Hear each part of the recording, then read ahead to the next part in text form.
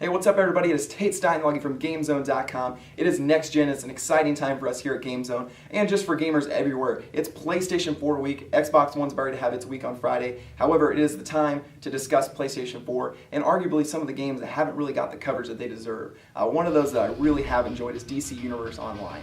Now, the game's previously been on PC and PlayStation 3. People have really enjoyed it. There's been guys across the internet, girls across the internet really loving it and really talking about it. And I've never really been into the DC comics or really into that DC nature. I've watched the movies, obviously, like a lot of people, but I've just never really been in that culture and even that genre, if you want to talk about it in terms of fighting, superhero games. However, I jumped into DC Universe Online. I was thoroughly impressed. It is a fun game. Right off the bat, you're going to notice one of the big things, which is customization. It is crazy how much you can do to your superhero or to your villain, however you want to shape them, which is really cool because you can shape them around whoever you want. I shaped mine around Batman. However, I wanted to just run around and tell my enemies, what does the fox say? So I made my guy into a fox that wears Batman's outfit, and he has a split cape so his tail doesn't get waggly into the wind into his cape. I think that's freaking awesome. It's a fun thing to do. It's fun to just sit there and customize, and it really makes you want to make more than one character and keep playing for hours upon end.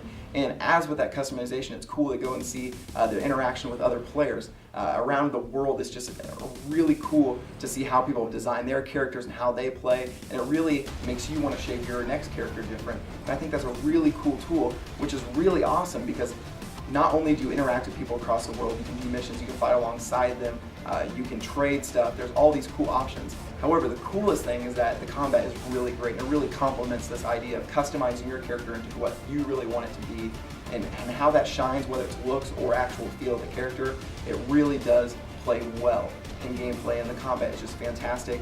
It's not too over the top for a PlayStation 4 controller, meaning there's not a lot of options that will overthrow you or get you confused. It's the right amount, I think, for a console gamer, especially for someone who's never really played a game like this, and for even the people that have played tons of these games and are just looking for a similar experience. However, with the combat, one thing I noticed is that the camera is a tad wonky. Sometimes it'll get caught behind your back and you can't see enemies that are behind you, and it's just not really a fluent camera. However, if you maintain your combat skills and if you know where enemies are, you'll be fine, and it's still a fun experience. And really, this is a fun game. This is one of the most underrated games. This and Retribution, Blacklight Retribution that is, are some of the funnest games that I've had the chance to play so far on the PlayStation 4. And these are two games that are free to play that really offer a lot of options for no price. So I tell you guys, check them out. Especially DC Universe Online, make some cool characters, share them on GameZone, tell us what you think of the game, and please join us daily on GameZone.com as we'll be writing some news and some new, next-gen stuff with PlayStation 4 and Xbox One, and of course more of me. You'll see some first impressions and some unboxing videos. Guys, thank you for joining us, and tune in next time.